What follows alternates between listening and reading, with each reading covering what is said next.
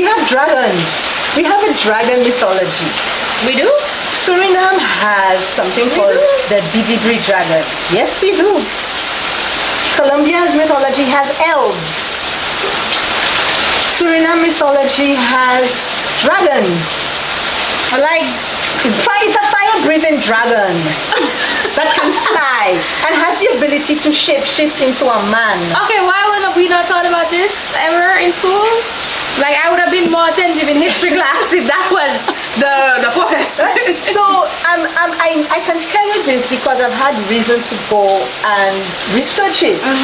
Because if I'm doing a story about a dragon, I do not want to do a dragon, anybody else's dragon. I want our own dragon. Hello and welcome back to our show. You already know I'm a girl, Kubri Love, and today we have our special guest with us, Dawn French. Alright, and today our location is a little bit different. We're actually at Montfortune Museum and Art Gallery. So big up to you guys. You can always check out their work and the various art that they have for display on their Instagram page. Okay, so let's get into it. Dawn, how are you doing? I'm good, thank you. Nice setting. Yes, it is. Yes. There is no vehicles, there's a garden, birds, bees. Hummingbirds. There's everything here and I love it. So today we are switching it up. You're not exactly a poet, but you are a writer. Yes, I'm not a poet. You don't have to say exactly. I don't consider myself a poet. Okay. I consider myself a storyteller. I'm a writer, yes. Yes, I would definitely call you a full-blown author because we have a stack of some, not all, some of the work that you've done so far, and we're gonna talk a little bit more about that. Okay. So you have two different types of books here. You have some small black ones and some bigger white ones. Is there a reason? Is there a reason for that? That they look different? The color is coincidental. Well, obviously, but I just meant this one. These are different. Right. So I write at two ends of the spectrum. But first of all, I write non-fiction as well as fiction. Okay. Considering the job I used to have, so I do disaster plans for businesses and in my other life for countries. Okay. But the fiction I do now runs from both ends of the spectrum. So I do for children and I do for adults, meaning mature literature. I believe one of them have a one that says PG-13 on the cover. No, it says rated 18 years and older. Yes. Yeah. So these are two. It's part of a series. So these are rated. At the top is rated 18 and older, and you have the mature logo on it as well. Okay. So if you get it and you open it, don't say, "Hey, I didn't know." Okay, you made sure it's up there. And then at the other end of the spectrum, people may be familiar with the Peanut series. Yeah, that's the one I'm more familiar with. Yeah, because that's the one I already push. But interestingly, it's the same character at the two ends of the spectrum. So in the Peanut tales, she's a child. She's always 8 years old. Okay. And in the Sabine stories, she's a grown woman, and what happens to grown women as she goes through life. Okay, that's interesting. I always like seeing characters grow up because then you have the television cartoons and stuff, and they sometimes, I guess, branch out their franchise and they have like an older version of them. So I find it's always interesting to be able to follow somebody else's life.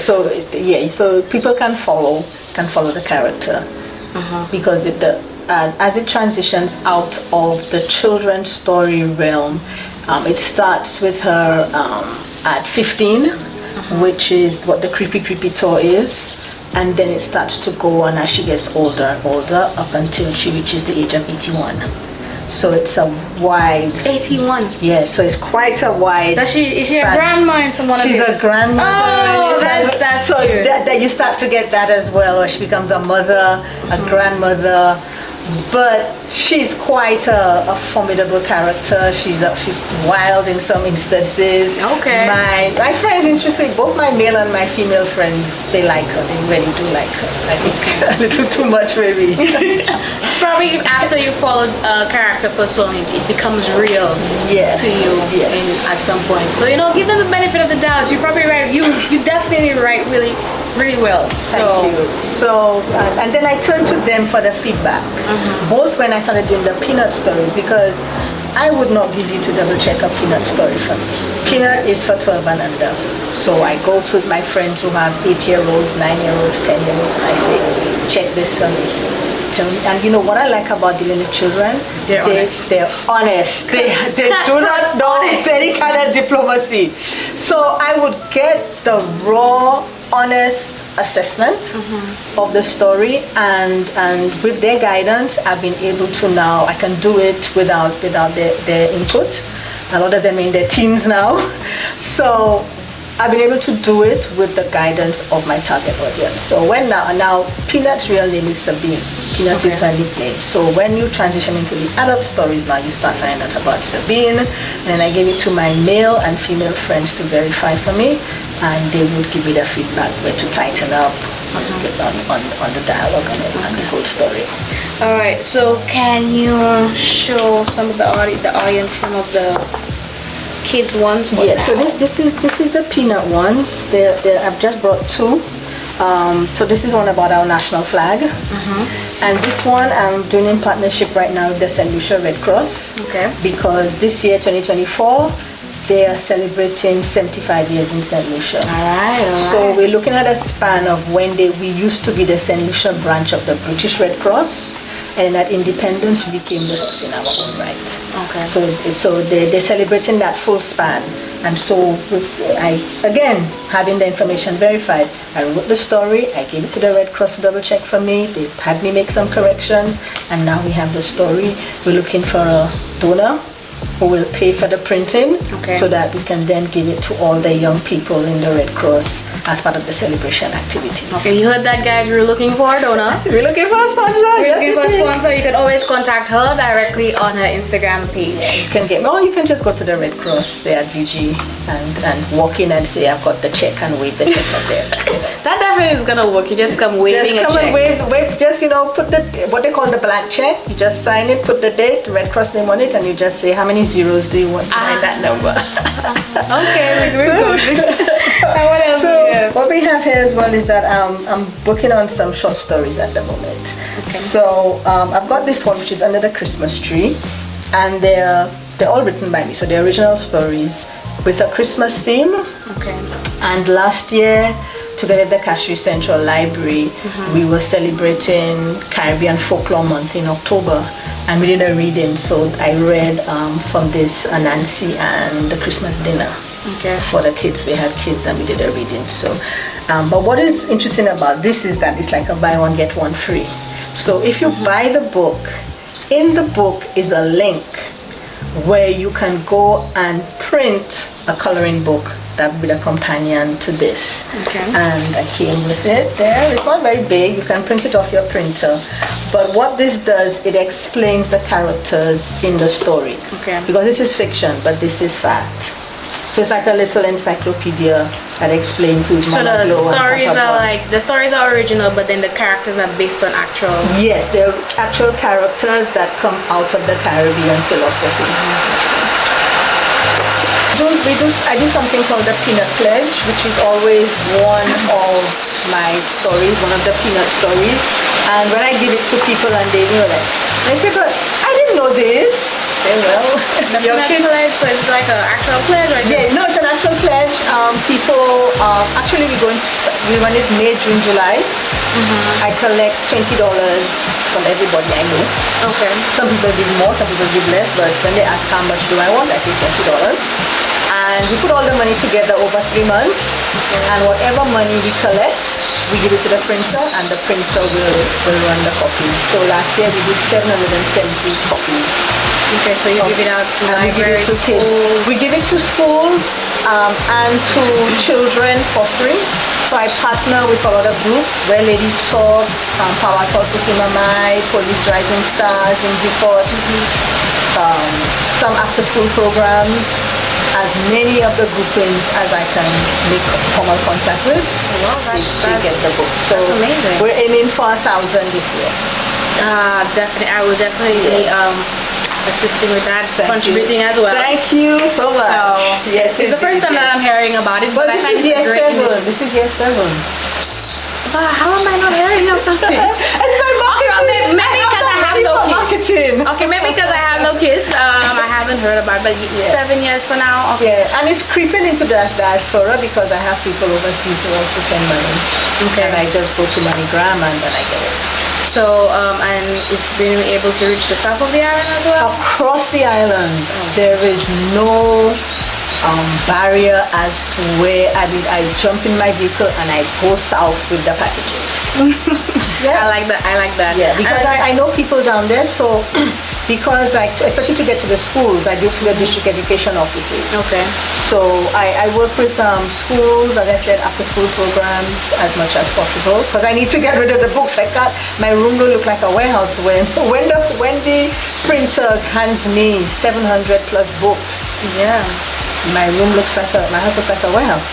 I need to get rid of them, and it's free because it's paid for already. We definitely need to get you some advertising, so other persons can hear about that, so we can possibly reach out to other, I guess, nationals from diaspora who has traveled to other countries, because as much as these are great, like they teach you about our history. Yes. Is it St Lucian based, Caribbean based? St Lucian based. Definitely. The widest we went was last year's one, which was Peanut and the Laureates by Numbers, where we did a play with the numbers because Trinidad had one Nobel laureate, St Lucia had two, making it three. We had a fourth one out of Guadeloupe, so we had 1, 2, 3, 4, and then. In the story, you get to make a birthday card because 1, 2, 3 on a calendar is January 23rd, which is the birthday. Yes. So it was a whole play with numbers, getting kids to play numbers, and as soon as they got to the page to make the card, all of them stopped the story and they wanted people to make a card because they were part of it now. Yeah. I find that people tell you boys don't read, but the boys like the peanut stories.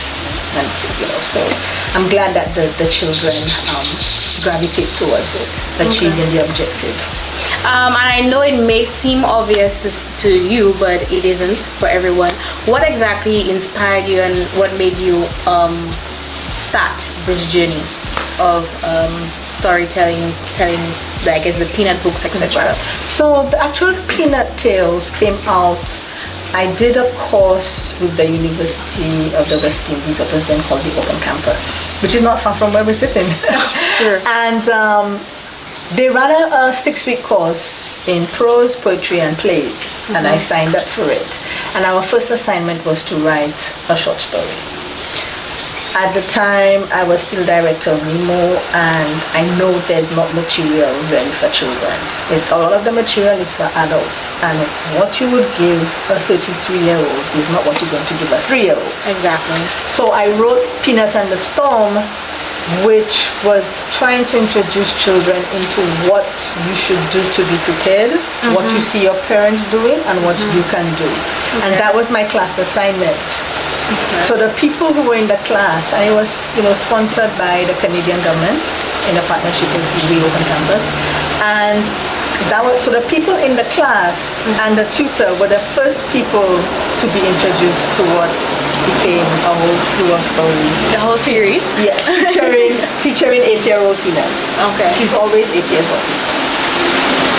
Okay, that's interesting. Because then sometimes you forget the children are fully aware of exactly what's happening. Yes. And by, I guess, 8, 9, they're able to help you with whatever things are. It's interesting because I learn in the process because sometimes I have to research the story. So I had a 9-year-old say to me, Auntie Dawn, I want Peanut to be allergic to nuts but not to peanut. That was my reaction. What? So I had to go and research it, and it turns out it is quite possible. Yeah. Because a peanut is a legume, which means it grows like a potato or a pumpkin. It's not a tree nut like an almond or cashew. Yeah. So Peanut, and of course by extension the adult version of her, is allergic to almonds and cashew nuts and macadamias and all these things, but not to peanuts. Well, that's good. She's not allergic to herself. She's not allergic to herself. And so sometimes you have to take things from the children's story and carry it into the adult story, and that's one of those things. The allergy because the allergy is tied to the character who she is.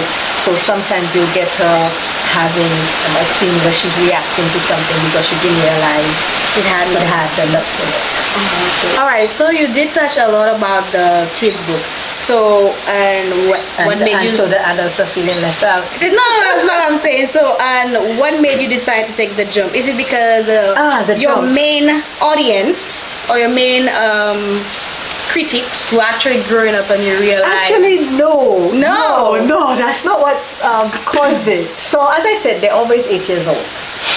And there's a little gang of them, they call themselves the Lucian Six. Okay. 3 boys, 3 girls. So it's Peanut, Mandy and Yasmin, Christian, Anton and English.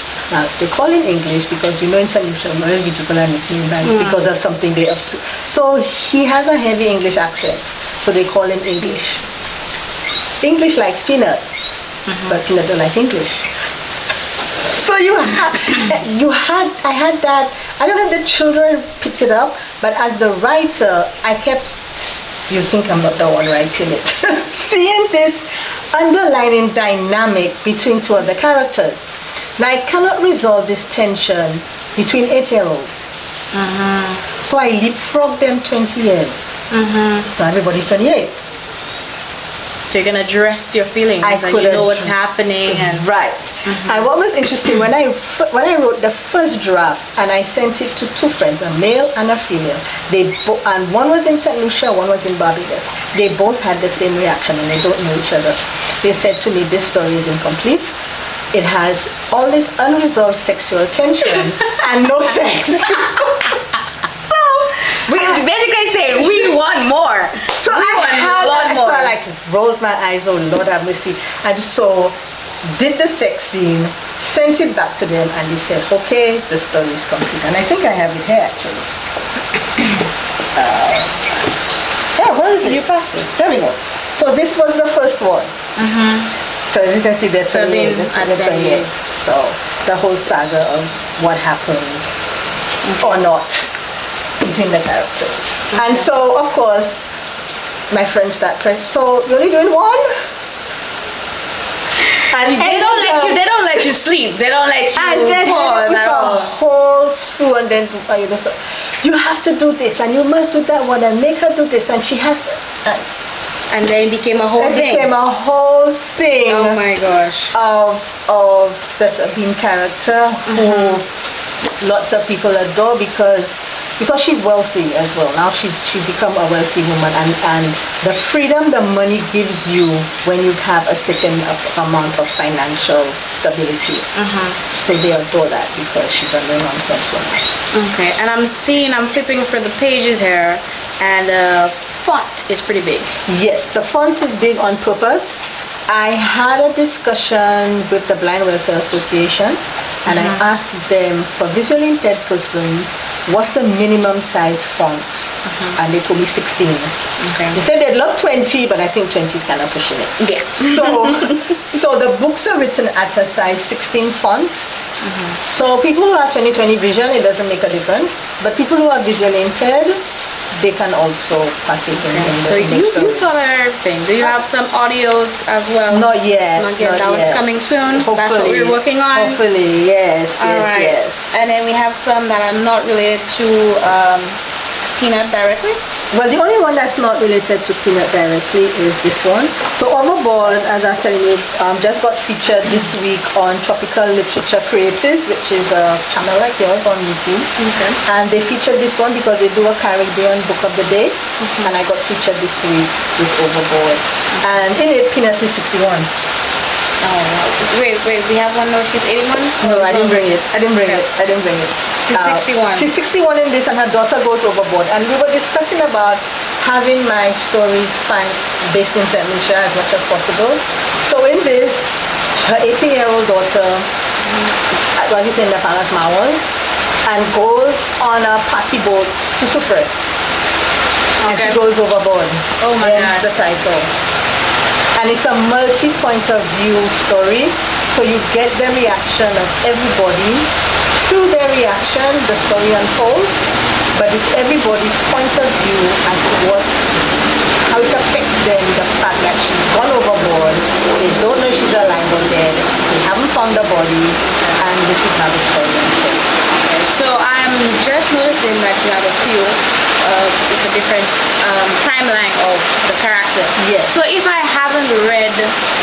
or the other? Can I still enjoy just one by Yes, itself? but if you really want Other than the one that I've tried to write them as self-contained stories, but you can read them in order if you want. But if you want only one, I would recommend Overboard. For the simple reason, it's the only story that really features the entire cast of characters. Because some of the stories might not have Anton, might not have Andrew, might not have Gregory, but they are all inside there. And just for information, Anton is her friend from school, became her doctor. Gregory is her son, and Andrew is the artificial intelligence. There's an AI. There's an AI that goes through the stories with her. You be doing all of it. You be doing all of it. I am here trying to say, okay, can we cut this short so I could go get a few coffees because I am here. So the one you asked me that's not related and it's not published. I am toying with the idea of submitting it to a traditional publisher. So that's why it's not available online, because there's a tendency that if it's published online, then a traditional publisher doesn't want your manuscript. So, but this is Straddle, you look at it there, everybody should recognize the famous rock. The rock at Fodor. And so I thought to myself, I always see a face. People see other things, I see a face. And I thought, if this is a face, then there's the neck and shoulders and the body. And if this thing decides to stand up, oh my God, what becomes? Well, I never went. And so, again, having the stories, this is so steeped in St. Lucia that I was afraid that only St. Lucians and St. Lucians in the diaspora would appreciate this. Because the reason it's called Straddler is because she needs La Rose and La Margaret to help her fight this thing. And she needs to straddle the two vine flower festivals who, as you know, don't agree on much. And so it's about that, but it also throws in all the other characters, the Sukuyan, the Lantables, the Majinwe, the Bolom, any and everything, every character I could grab from St. Lucian mythology has a role in this story. And so my friends go, well, we want a copy. I said, but I'm not publishing. So last year I just did a small run. I said, okay, people, those who want it, raise your hand. And so about 10 people, and so we went to the printer and we printed those, and this is mine. So this is the one we can be looking forward to. I'm hoping to probably this year, next year, submit it to. I've been talking to more experienced authors in St. Lucia. Robert Lee, McDonald Dixon, Kendall Nicolette, as to what my next step should be with this one. So I did a virtual. I was taking part in a virtual workshop, and I was expressing the fact that I thought that this was in such a St. Lucian bubble that the audience would be restricted. And this white guy from Wisconsin says, no, we're tired of Greek mythology, we want to hear something else. Yeah, because then when they hear all the names, they will go and do the further research. And then, when he made that comment, well. it just changed my perception of my own work. Yeah, because I agree, because when we hear about Greek mythology and we don't know, we just Google it, and then we know. Yes. So this is really, really steeped into St. Lucianness. A lot of my work touches on St. Lucia. Some of them are very obvious and blatant, like Straddler, and then some are like really subtle, like Uncle Charlie. Uncle Charlie leaves a lottery ticket for his nephew, and the lottery numbers are 758, 759. So sometimes it's that subtle, and then sometimes it's just really obvious. So you said a lot of, pretty much all of the majority of the content is St. Lucian based. Did you ever think about changing that? And if not, what made you feel so confident about continuing to, be a proud I'm a proud Lucian. Let me sit up straight and say that. I'm a proud Lucian. So I don't want to hit people on the head with it. So I try to make it relevant. So if I have a set of twins and I call them Helen and Lucia, it doesn't make a difference to anybody out there, but as I said, Lucian, you appreciate the nuance of Helen and Lucia. Again, I throw out the 758, 759. I use Ayanola sometimes. There's something about the phone, the cell phone, and I don't know if you'll see it on the market one day. the model in the guy opens the box and to get the latest cell phone, high-end, hottest thing out there, and it's the Iona 1979 phone. It makes no difference to anybody out there who doesn't know, but as a St Lucian, you appreciate. I wouldn't mind having a phone like that, you know what I'm saying? So I do that, and I'm in groups, and I say to the people in the group, do you do this, hide the little tributes, and everybody goes, yeah, they're not for my uncle, for my cousin, so it's not unique to me. Okay. And what would you say to any other poet, author, writer who is, I guess, relatively new and feel insecure about probably writing St Lucian based content? Oh, no. You write what you know. First thing you do, you write what you know, and then later you write what you know about. Okay. So, because if you're going to write about life on Mars, I'm not sure if you know about life on Mars, but we would have to research that. So I'm saying be confident. There is nothing you can write that cannot be based in St Lucian. Okay? I'm doing a self-imposed channel at the moment for 75 fantasy prompts. But the prompts are not designed for me. The prompts are designed for North America and maybe Europe. But I have decided that every story I write in that prompt is going to be based in the Caribbean. And as a result of that decision, I have had to research Caribbean mythology in a way that maybe I would not do if I was just lying around the place. Okay. So this week, the challenge was that you're in a maze, in a labyrinth where the walls keep changing. And so with the walls that keep changing, the person who's in the labyrinth keeps encountering characters. So they met Majneh and Nadables and Bolons and Tijabs every time they went down one of the paths in the maze, because I wanted it to be a Caribbean-focused story. So there's nothing you can write. For example, I don't know how many people know that the European Space Agency's platform for them to launch rockets is in Suriname.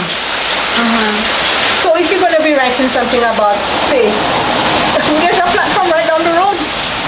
There is nothing that we cannot write based in St Lucia or by extension outside. I have stories that speak to the president of the Caribbean Federation of Nations. And when I speak of the Caribbean Federation of Nations, I don't use the English-speaking Caribbean. I mean all the islands, regardless of language set. So when I'm doing certain stories, there you have it. We have the Caribbean Federation of Nations, and we've taken control of the European Space Station in Suriname. We have dragons. We have a dragon mythology. We do? Suriname has something called the Didibri dragon. Yes, we do. Colombia's mythology has elves. Suriname mythology has dragons. It's a fire-breathing dragon that can fly and has the ability to shift into a man. Okay, why would we not thought about this ever in school?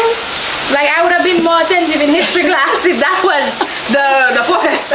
So I can tell you this because I've had reason to go and research it.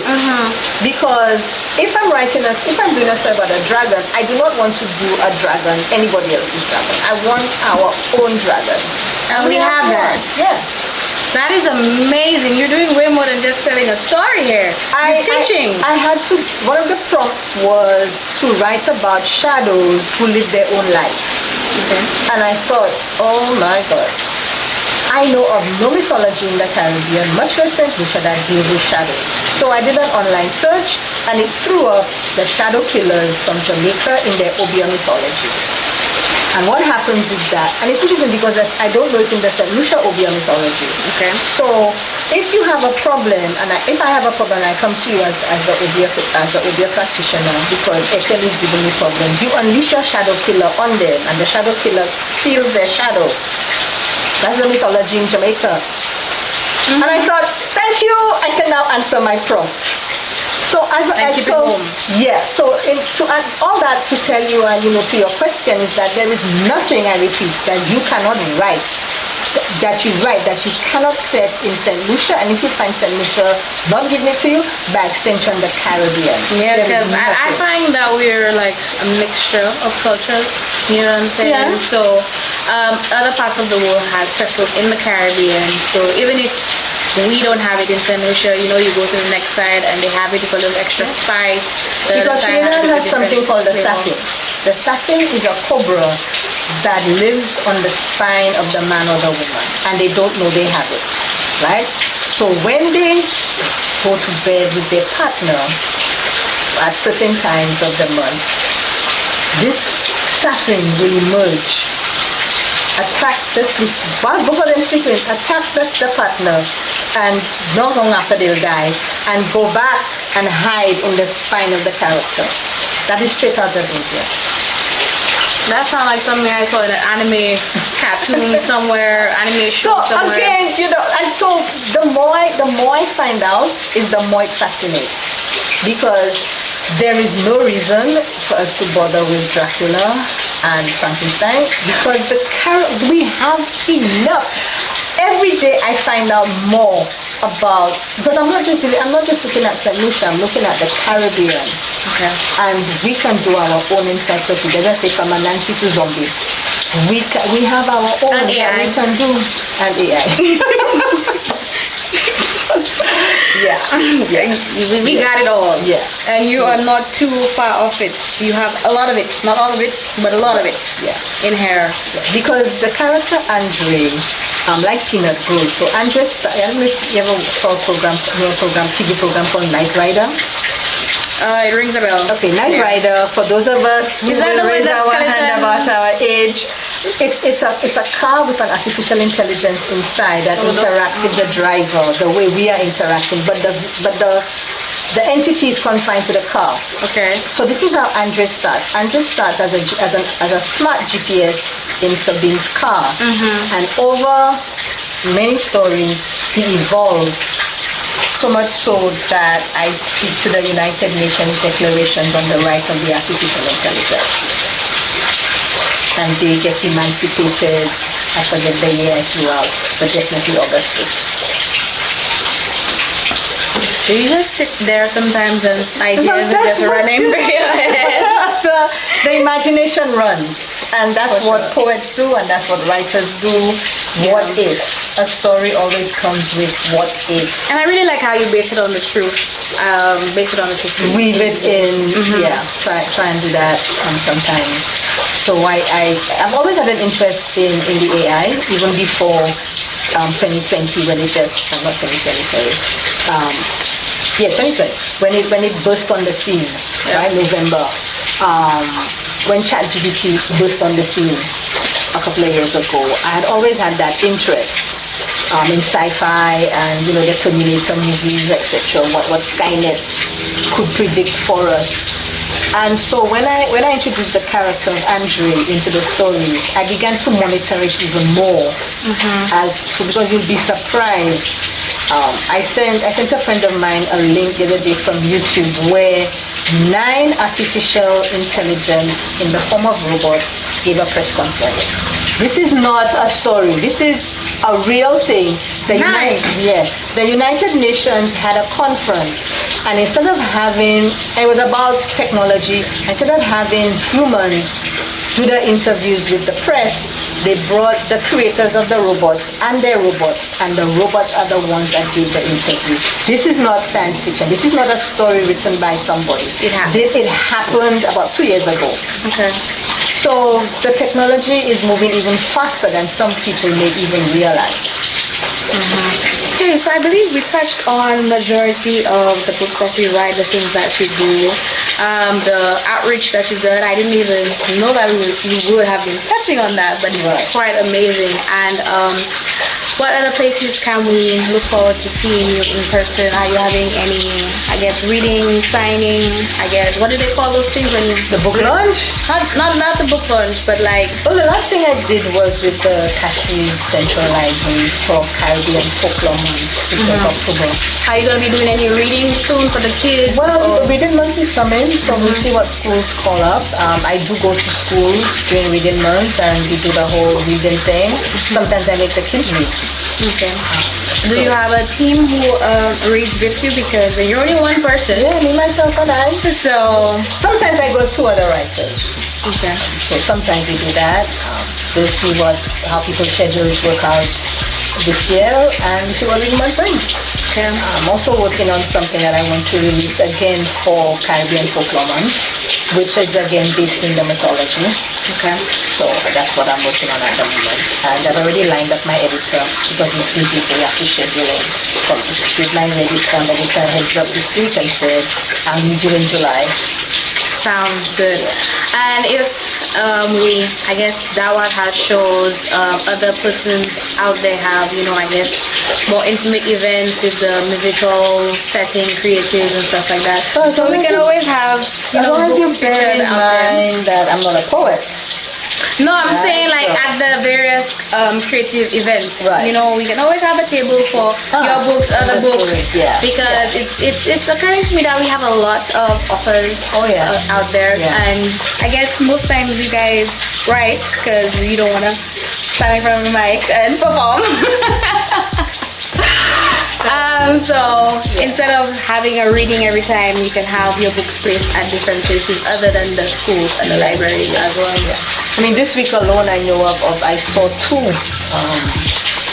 authors talking about the release books this week. So submissions are very prolific. There's something in the water. We write a lot. Not everybody gets to publish, but I'm tracking those who publish. Okay. Hopefully I'll be able to extend this show and this platform to allow other writers and other authors to, showcase their work, at the Fortune Museum. At the Mon Fortune Museum will be our new location, and hopefully I'll be able to give you a walk inside one of these beautiful days. Yeah. And Dawn, is there any other advice, any other words you'd like your viewers to hear? New writers, old writers. A lot of people feel intimidated by the process. I see it a lot in the online groups that I'm in, and I would tell you what a lot of people tell them is write it. Don't worry about the formatting, don't worry about the spelling, the grammar. You deal with that afterwards. Whether it's a poem, a song, a short story, your magnus opus, start writing it, because to be a writer you must write. True. You can't all stay in your head. A musician is a musician because they practice their instrument, be the guitar, the steel pan, or the fiddle. Yeah. So to be a writer, to call yourself a writer, you must write. What you do with it afterwards is a whole other story. So because you may not want to share it with anybody, you're writing it for yourself, for the joy of just writing. You may want to fix it and submit it to a competition or to a traditional publisher. You may want to put it on Amazon or Lulu or one of them out there. That's after. But to do that, what's the product? Yeah, when you put it down on the page, you can help determine what you do with it. And recently I saw someone come on the group and say, I want to write a story and it's happening in the middle. I say, so, you can write a story. The middle is actually the best part. The end, I wrote the story today and the idea for the story came and the ending came first. So I wrote the ending and then I wrote the story. So it doesn't matter where you start it. As I said, you get it down and you fix the order of the scenes, the order of the stanzas, the wording. You don't like that word, you change it for another. Yeah, because you'll be writing. Because sometimes I write and then I find a word is repeating.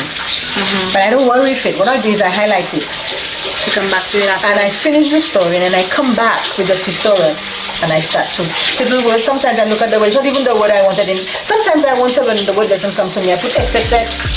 and I continue writing, and then later on I will figure out, okay, what's the wood, and then I will chase down the wood. What's the wood I really wanted to put inside there? So get it down on your computer, on paper, whatever, on charcoal, whatever medium you're using. Get it down and then finesse it afterwards. I love that. I'm gonna take that advice for myself. Absolutely. To start somewhere. All right, and thank you so much for joining us. Having me. For gracing us with your presence. I hope you enlightened. Enjoyed. You can contact her. If you look at her hat, it says Dawnnbooks. All my handles. Two ends. She is available on Instagram, Amazon. What am I missing? Facebook, Threads. Are you okay? Are you on YouTube? Okay. Yeah, I'm on YouTube, same handle.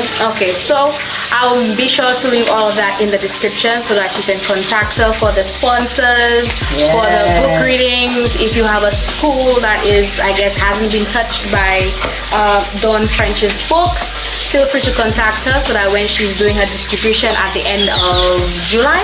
No, we're going to August. We print in August because I want to get in the beginning September. No, I can't give in the books out in August. Oh, okay. Yeah. So this is the timeline. So May, June, July, I'm collecting money everywhere. Locally, regionally, internationally. Somebody from Barbados just send me a check. Let's see. So August 1st, which is always a holiday, I do the maths. How much money did I collect? And then August 2nd, which by just happens to be International Coloring Day, I send the amount. I say to the printer, hey, I've collected $5, $500, $5,000. This is how much I have. How many books can I get? They do the math. They come back and they tell me. Last year she called and she said, oh my God, which is 770. And which one are you going to be doing featuring this year? We're going to be doing Peanut X's anymore. It's a Creole one.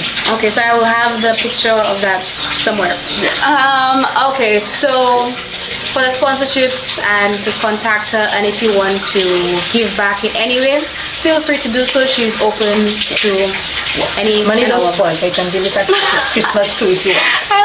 It's never too late because some people miss the deadline. You know, my people. Some people miss the deadline. It's not a problem. You give me the money in August. Because this is something that you do annually, right? Exactly. So whatever monies I collect, because I'm very serious about the cut-off date being the 31st of July, because the printer needs to know. All right. So this is the this will be from May, which is 2024, yes, to August 1st, 2024, right? And if any money that comes out of that will go into 2025. Outside the date. Okay, sorry. So if you give me money in September, that is perfectly fine. We're just gonna be just rolls over because I already know next year's goal is gonna be Peanut and the wannabes. Because what do you wanna be when you grow up? Oh my gosh, she has a full plan. I love it. There is nothing going to waste. Hopefully you could probably reach out to other kids offers, St Lucian kids offers. So authors to do some more reading, print their books as well to bring to the school. Because I think I've seen one or two. You see, the printing is expensive. Yeah, but then I'm saying you have your audience and they have theirs, and y'all could pool the money together so that the kids can benefit at the end of the day. All right, so that is all. Thank you for tuning in to our show, and bye.